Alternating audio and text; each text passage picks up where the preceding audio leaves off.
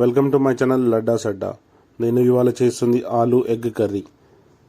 కరివేపాకు, ఆనియన్స్, పచ్చిమిర్చి, అల్లం వెల్లిగడ్డ పేస్ట్, ఆలు, ఎగ్, మళ్ళీ ఆయిల్, గ్రీన్ చిల్లీ, ధనియాల పొడి, మసాలా, పసుపు, సాల్ట్ ఇవన్నీ తీసుకున్నాను కదా.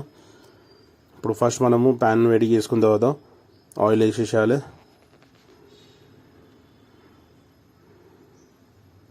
ఇది నాన్ స్టిక్ కాబట్టి మనం ఆయిల్ తక్కువ వేసినా ఏం కాదు.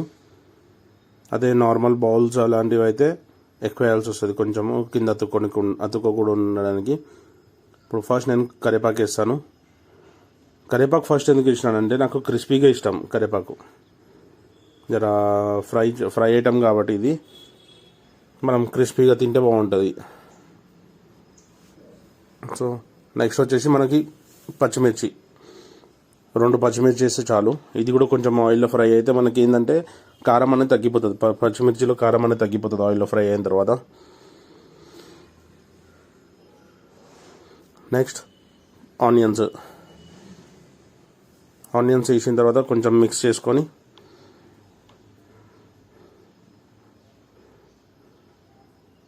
మంచిగా మిక్స్ చేసుకున్న తర్వాత అది జర ఫ్రై అయ్యే వరకు అలా పెట్టేసాలి.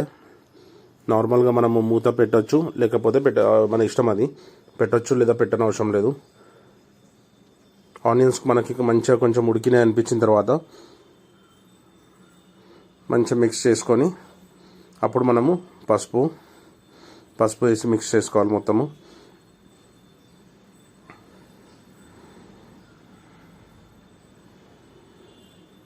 ఆ తర్వాత అల్లం వెల్లిగడ్డ పేస్ట్,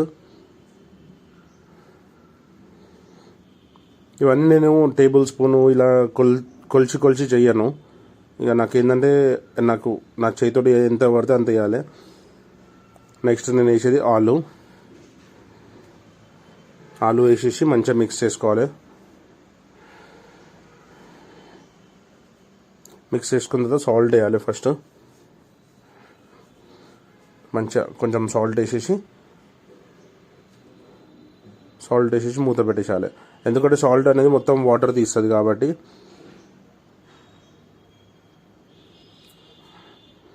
ఆలుకి ఒకసారి మంచిగా ఫ్రై చూసుకోవాలి. మనకి మాడిపోకుండా ఉండడానికే ఒక 5 to 5 minutes అట్లా తర్వాత చూసి ఆలు కుక్ అయిందా లేదా అంటే ఒక 60% కుక్ అయితే చాలు. దాని తర్వాత ఫస్ట్ మసాలా వేసుకుంటాను నేను ఎప్పుడు. యాక్చువల్లీ అందరూ గ్రీన్ చిల్లీ అట్లా వేస్తారు, మన కారం పొడి అట్లా వేసి చేస్తారు.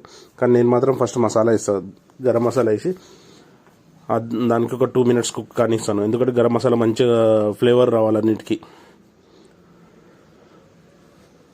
ఇప్పుడు మన గరం మసాలా ఫ్లేవర్ అంతా వచ్చేసింది కదా. ఇప్పుడు కారం పొడి, ధనియాల పొడి వేసేసి నేను కలపకుండా మళ్ళీ మూత పెట్టేస్తాను. ఎప్పుడైనా మూత పెట్టేసి ఒక 1 minute కుక్ అవ్వనిచ్చిన తర్వాత మిక్స్ చేసుకుంటాను. ఎందుకంటే ఇవన్నీ ఫ్లేవర్స్ కుక్ అయిన తర్వాత స్మెల్ మంచిగా వస్తుంది, లోపల మంచిగా వెళ్తుంది. ఫస్టే కలిపేసినామంటే అది మంచిగా అంత ఫ్లేవర్ రాదు. ఇప్పుడు నేను గ్యాప్స్ వేసుకున్నాను కొంచెం ప్యాన్ మీద చేసుకొని ఎగ్స్. ఇప్పుడు నేనైతే 2 eggs తీసుకున్నాను, ఒక్కడనే ఉన్నాయి కాబట్టి.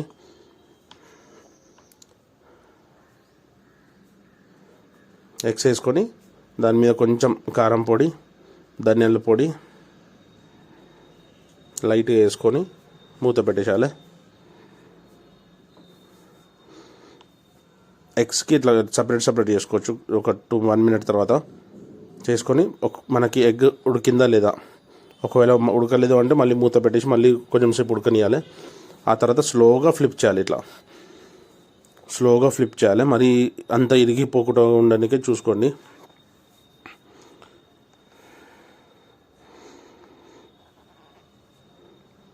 టూ సైడ్స్ కుక్ అయిన తర్వాత మనము కొత్తిమీర వేసేసి మూత పెట్టేసి ఎగ్జాక్ట్ ఒక 10 seconds హై ఫ్లేమ్ మీద పెట్టేసి ఆఫ్ చేసేసాలి. ఆ తర్వాత మిక్స్ చేసుకోవచ్చు మెల్లగా చేసుకొని. ఇక చూడండి, ఆలు కర్రీ సపరేట్ ఉంది, egg separate. So thank you.